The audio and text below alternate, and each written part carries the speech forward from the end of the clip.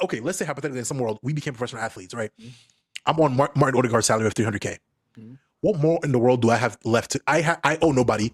I'm sponsored. I have all these things in my head. The only thing that matters to me is football. Mhm. But that's the thing though. Like, it's much easier said than done because some people just love the game. Other people love what the game can give them.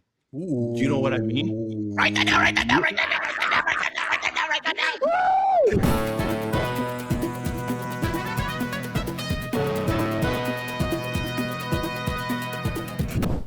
Ladies and gentlemen, welcome back to episode, I believe, 59 of the O2 podcast.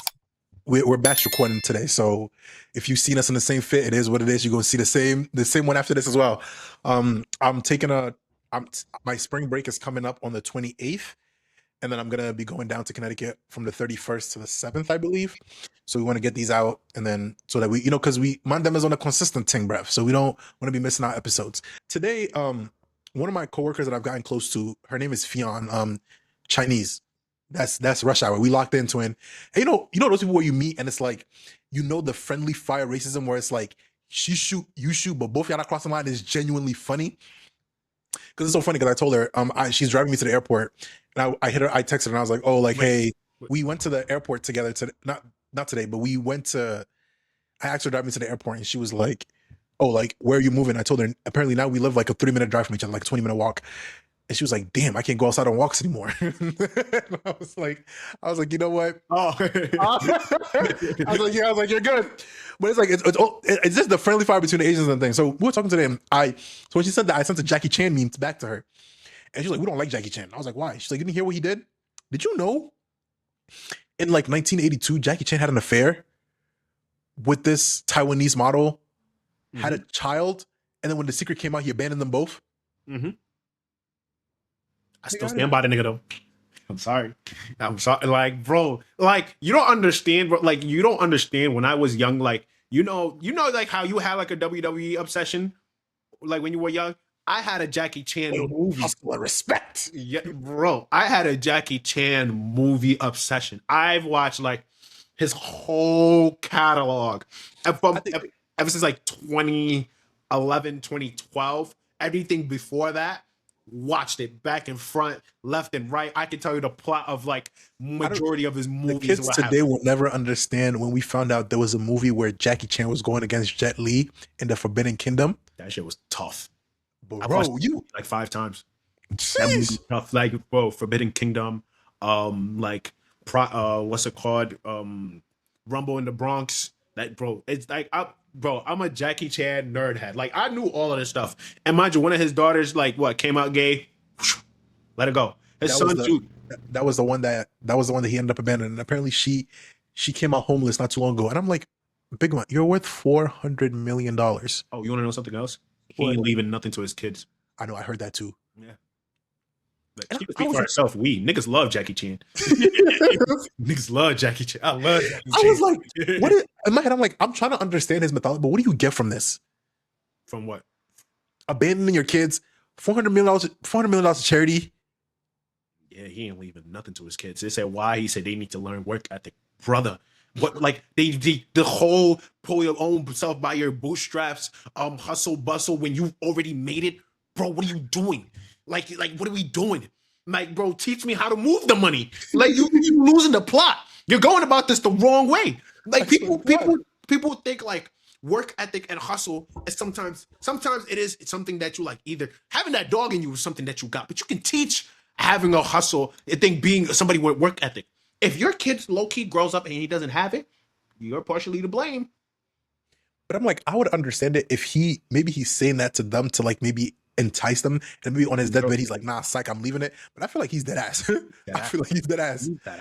Damn, like, that I'm not gonna say I still like Jackie, but I was just like, damn, you really think you know a nigga? Because he was one of those celebrities I thought could do no wrong. He does a lot wrong. Damn, nigga though. Jackie Chan. Hey, listen, like, bro, like, I'm never to be like starstruck about a celebrity. Never. I will never be. At the end of the day, you're a human just like me. One day, I'm gonna meet Jackie Chan. I'm gonna ask for a picture. I'm straight up the kid in me gotta get a picture. Like, Jackie Chan is the only celebrity I'd ever be like, yo, We I got thought to it was flip up. Jackie and Cristiano Ronaldo. Yeah, Jackie and Cristiano Ronaldo. If I were to meet Messi too, yes, absolutely. I'd ask for a picture. Of course, Bro, but that's standard behavior. But I know you wanted to talk about the Senegal, the Morocco. I don't know a lot. I've only read bits and pieces, so I'm gonna let you take the charge on this one and talk about it. racism. That's racism. Racism. Mind you. You know what they did?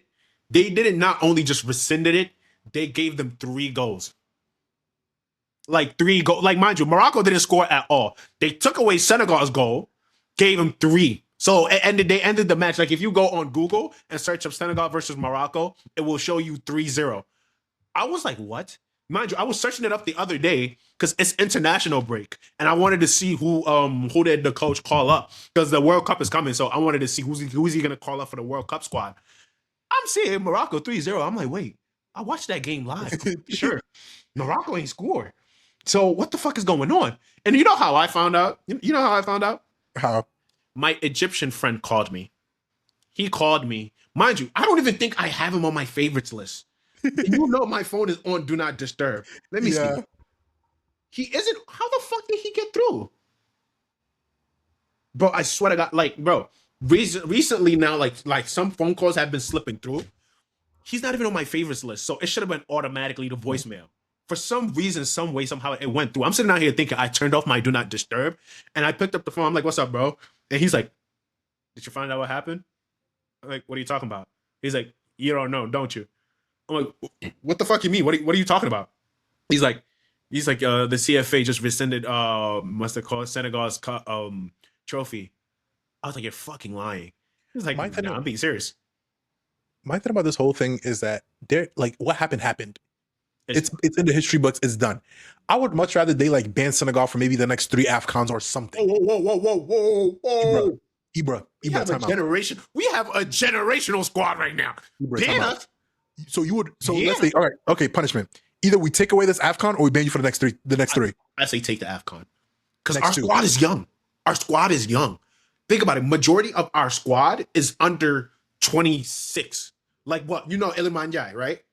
Yeah. On Everton. Yes, he's Senegalese. He's 25. Our other right winger, he's 17. He plays for PSG.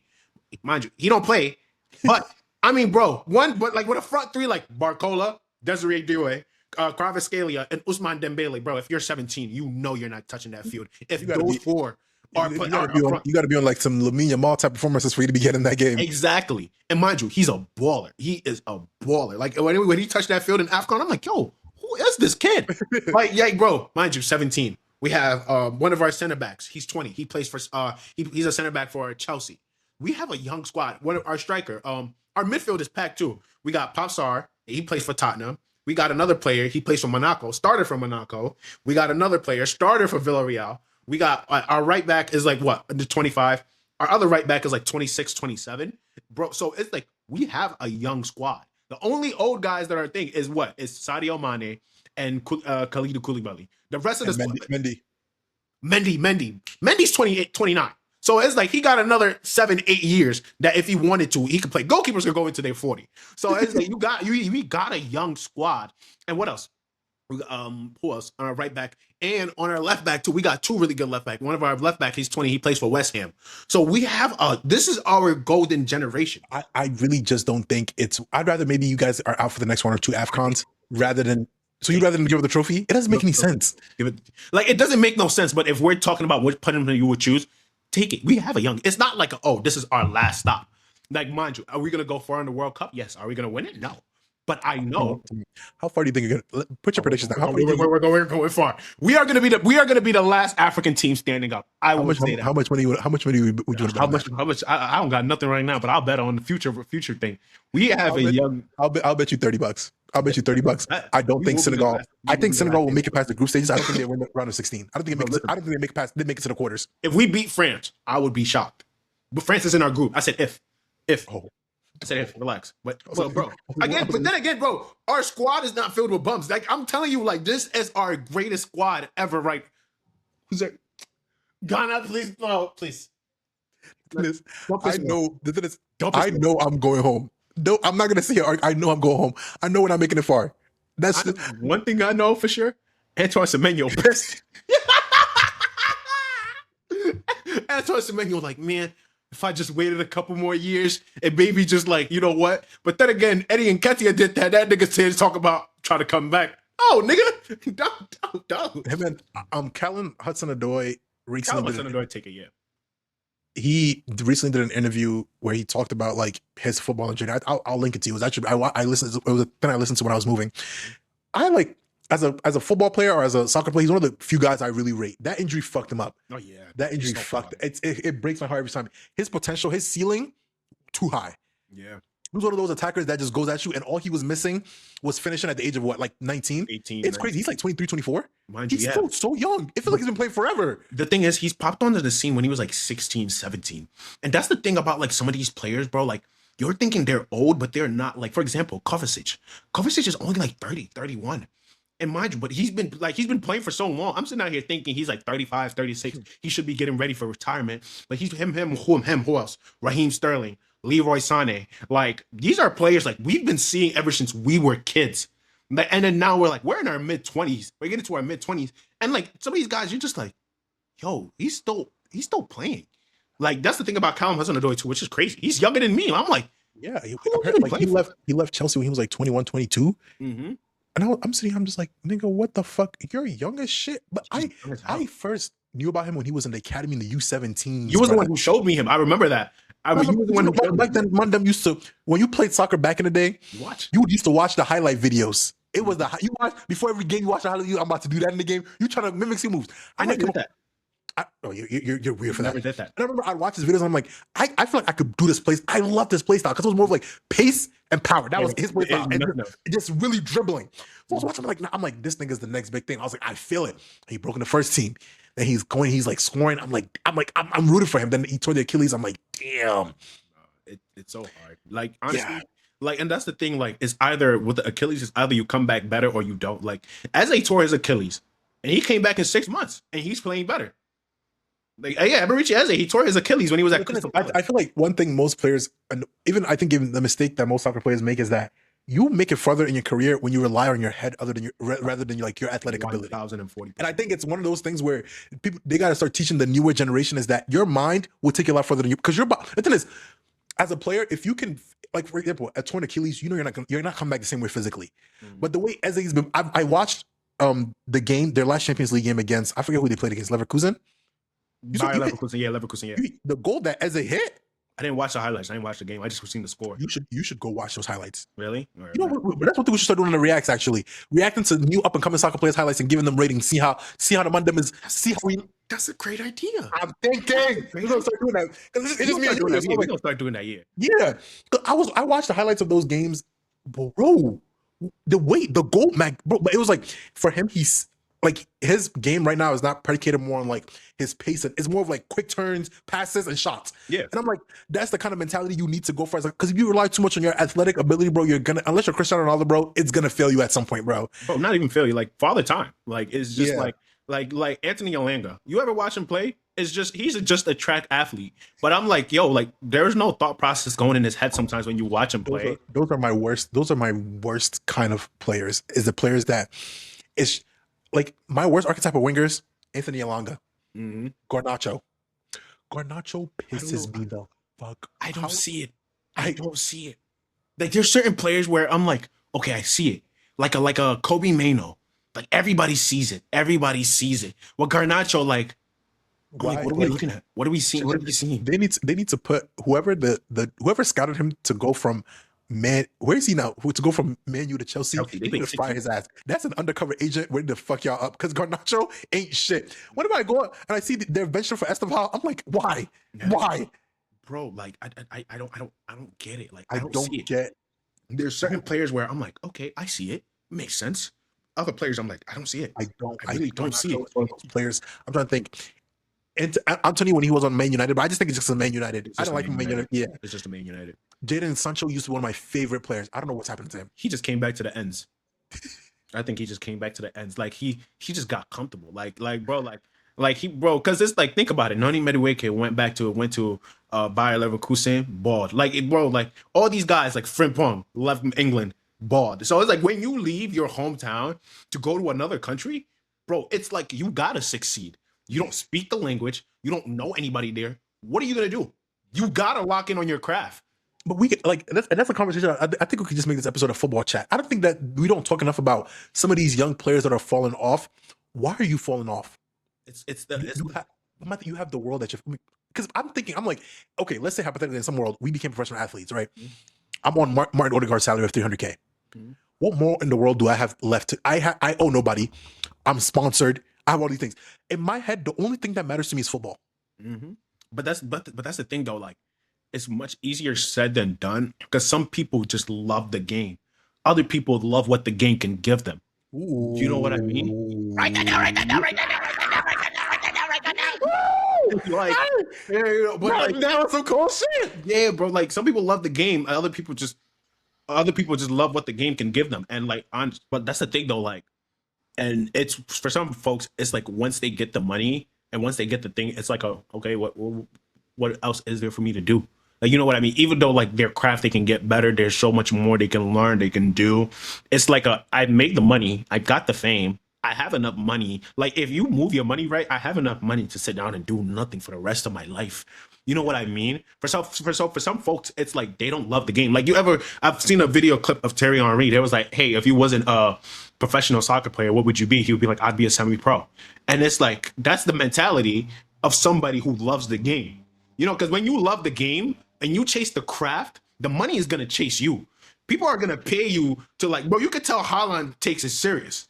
Like, That's what I'm saying is that players like that, like once you make it past a certain level and you're making the money, you have the endorsements, like you have the fame, you have everything else.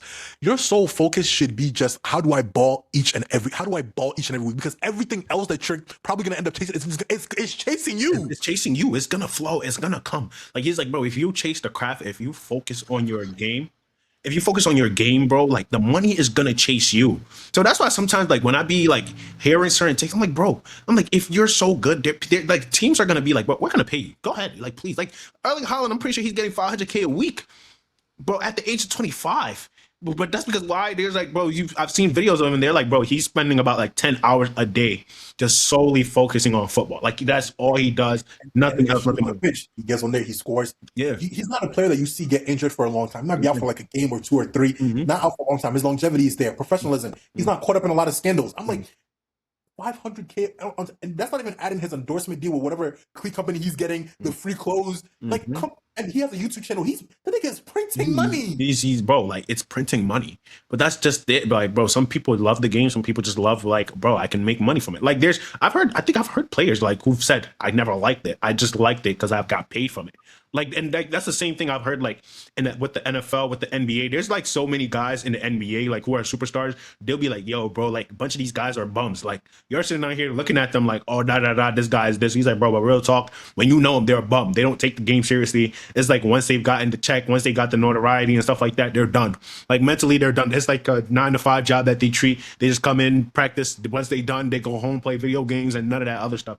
But for a lot of people, like, they don't love the game. Like, you know, like a Cristiano Ronaldo, bro, he got to love the game. He has to love competing, winning, for him to get up and work out as much as bro, you know, that nigga does 1,000, 2,000 sit-ups a day.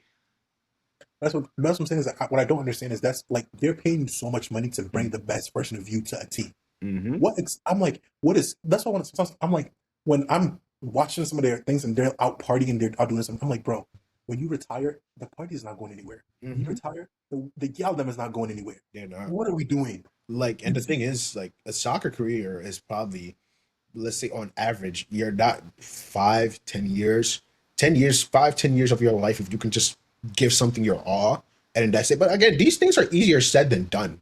Like, you know what I mean? Like, some people, it's like they've probably, certain things is God given. It's just like, I've always been better than everybody else. But once they come towards, but it's like, you got to get better with that, because eventually people catch up to you. Like, no matter how good you are, people are going to catch up to you. Like, if you don't work out, you don't take care of your body the right way. But it is what it is. But it's sad when you see that shit, because it's like, damn, like, bro, you could have been crazy. Like, Jadon Sancho, I feel like and he was, when he was at Borussia Dortmund, the only thing that really was missing for him was his finishing, and he could finish. What was missing was his finishing. Nani Madueke had the flair, like, I'm just like, bro, the potential when you guys first start out, the hunger is there, bro. You make it. somebody was like, "How do I explain Bukayo Saka? Bukayo Saka's decline at the age of 25."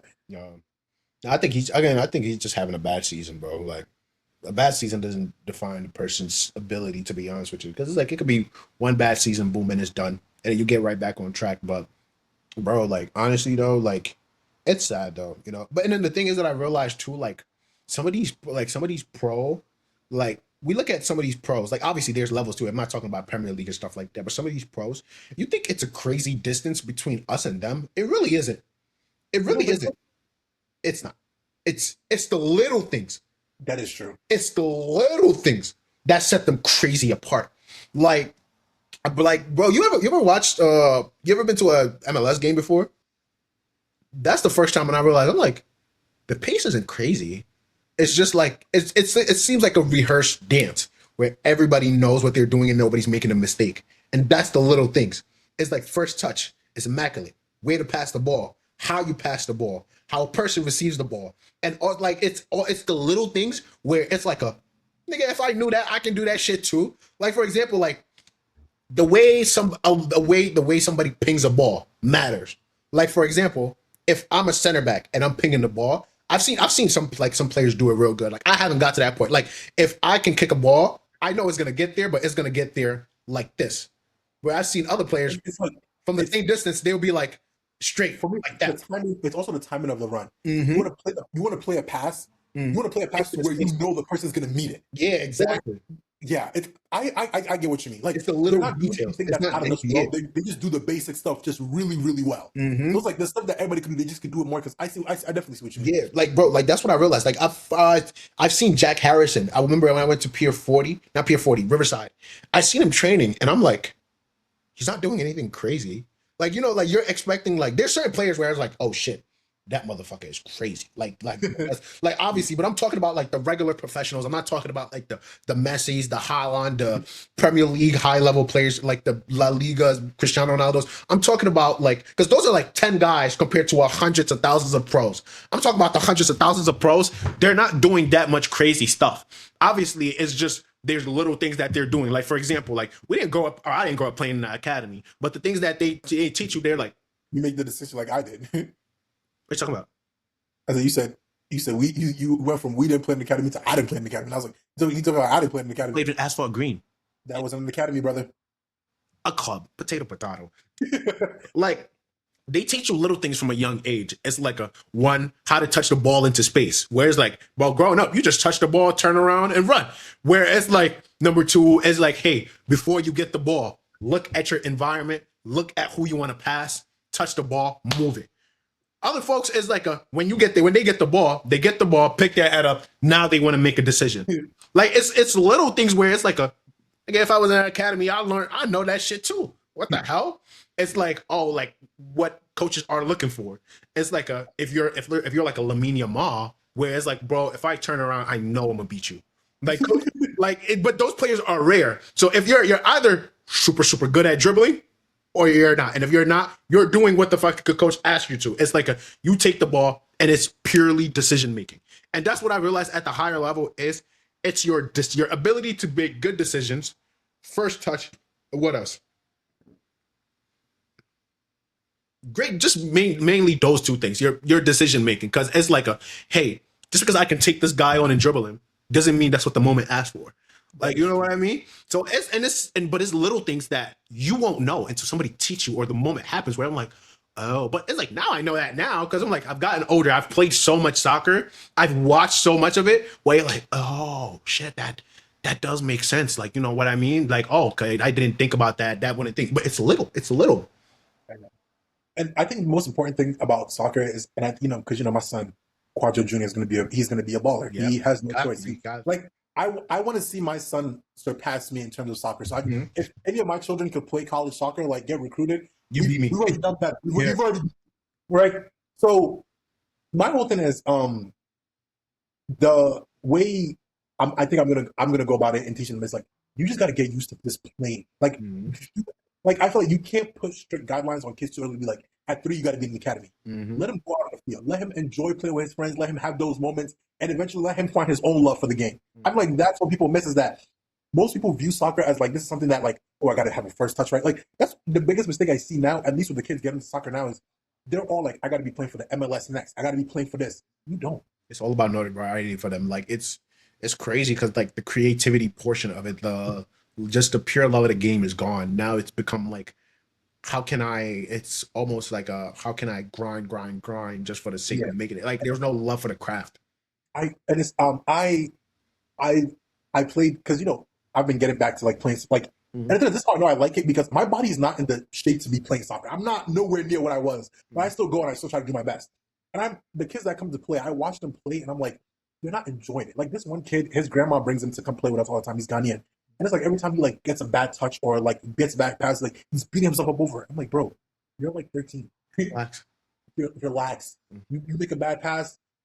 If you can get the ball back, if you can't, next play, move Mhm. on. Next play. Eventually, with time, I can't think of the day that it snapped where I was just like, this is making sense. It just snapped. Me But too. before it snapped, it was like a lot of just like we were going to Riverside all the time. We were playing. Bro, we used to be some demons back in the day, bro. But like it's so crazy. Like honestly, I think about it. I'm like, if I never got taller, like if I never got taller, if my height stayed the same, bro, I'd be like, damn, it is what it is. Like I think honestly, my interest just changed. I just knew like I wasn't gonna do this forever. nah, But I still love it. Like it's for me, yeah, it's one of those things like where I'm like, yo, like defending wise, honestly, I was like, bro, you're not beating me. That's one thing I confidently say. I was like, bro, when it comes to defending, I'm like 1-on-1. I'm like, you're not beating me. I stand by that 10 toes. I went to one of my friends from work plays in this indoor league, but he can't finish out the season. Mhm. So he told me, oh, you can go finish out the season for me this and the third. So I go there, go to indoor turf where you could bounce off the walls and stuff Yeah. like that. I hate that shit. So I pop in there, nonchalant. Like I'm in my sweats. I'm nonchalant. I didn't have shin guards. I need shin guards to let me play. I just put on my long socks and pull it up. First touch, your boy took the ball. First of all, my first touch, I took this first touch just like we signing you. First touch came, controlled it with the thigh, passed it back to the defender. I'm one of them. Bro, my first attacking play, bro. I got the ball. This guy was behind me, turned him, dribble past another guy. And you know me with the pace. Boom down, left foot. I said, I'm like, people always ask me like, how are you this? Sometimes I don't realize those Riverside days did pay off. They just didn't pay off for what I thought would pay off. Because I'm just better than the average person. I'm not up here, but you put me in a league of the average people, I could hold my own. No, I mean, of course, you're Oh my supposed god! to. Yeah. And I think I didn't tell you I'm playing my first 11v11, Mhm. and they talking about you're gonna be the focal point of attack. I'm like, bro, he's like, I'm not that guy no more, but they're still summoning me.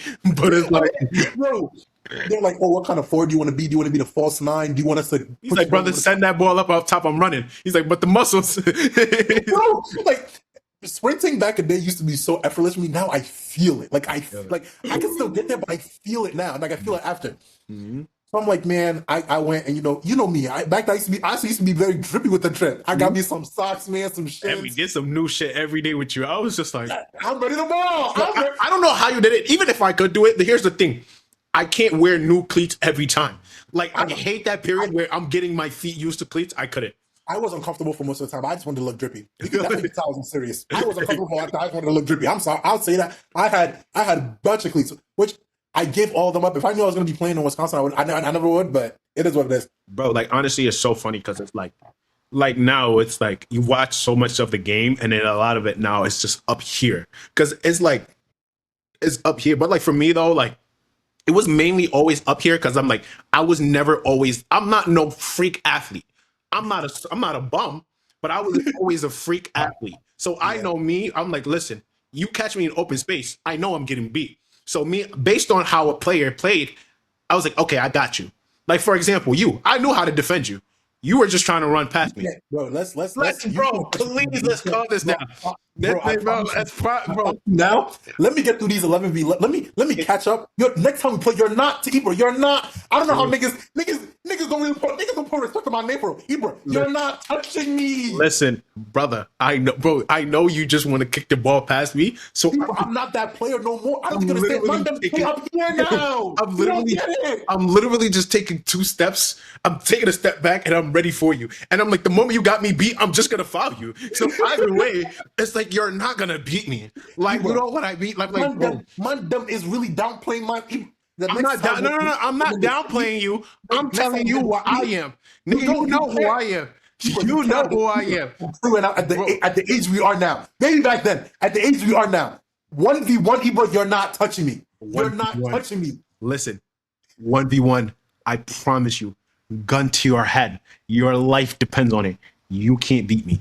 Ebro, you're so like You bro, can't beat I'm telling you, when we get back to the city in August, we're running a pickup. I don't care when we're going to pick up. We're running a pickup. Listen, You on the other team, Ebro. You play the thunder. Ebro. 1v1, you can't beat me. Like, bro, and you know it. Like, you know, you see me. Listen, you see me play. You see me defend. You've seen me defend. Ebro, but back then you had a little bit of size on me. That's different. You had size on me back in the day. What are you talking about? I was probably like, You it were short. wasn't about size. It wasn't about size. It wasn't about size. It was Every time I tried to go right past you, you just put your hand and the Ebro. That's Ebro was your a fucking like a bounce chocolate string. It was a bounce string, and that's not a factor no more. I wish you would, Ebro. I'm telling you right now, it's a difference. It's a different ball. Bro, I'm telling you, that shit works like a charm. Man, listen, I when I know have too. when I have that arm out, I don't care how big or strong you are. You're not It's getting the arm past to the chest, and you're gonna stay with me. You're not going anywhere. me. You're not going And anywhere. it's not a foul. It's not, bro. Like, that's the thing. Like, when niggas, bro, I didn't even realize it, honestly, until I first did it. I'm like, bro, arm out, and I'm like, and I hold you, like, I don't even gotta hold your shirt, just the arm out. You're not getting past me. You're not going anywhere. You're not going nowhere. But next Bro. time we're in the city, we're running a pickup, and we're gonna go do this. Reference this episode and come back and tell the viewers how the fuck that 1v1 went down. I'm telling you, bro. When you get beat, I don't want to come here. I don't want to hear nothing. We're gonna bring quality shit and spectate too. I don't want to hear nothing. Telling you, 1v1, you're not beating me. I'm telling you, You're- just have not you're- seen me. I'm a you're- different player. These days, I'm a different player. I'm telling you, you haven't seen me play in a while. I'm You haven't a seen me different play player in too. years. I'm a different player too, bro. I'm telling you. I'm just telling you, the one thing you had on me was size and strength, and that I feel like that I could hold my own now. So it's a different ball game. Brother. But you know what? It We're don't gonna end it there. And the viewers, let us know who you got in the 1v1. He playing center back and I'm playing a winger. All right, let us know who you got one for. What are you talking? You're talking out your ass right now. You're talking out your ass right now. You're getting cooked. We're gonna settle this come August, viewers. Well, ladies and gentlemen, let us know if you're enjoying the football chat. I'm trying to slowly get back into it. So we're gonna be bringing these recurring episodes up. Make sure you like, comment, subscribe. And we're keeping things moving. Without any further ado, ladies and gentlemen, it's been a wonderful episode, and we'll see you guys next week.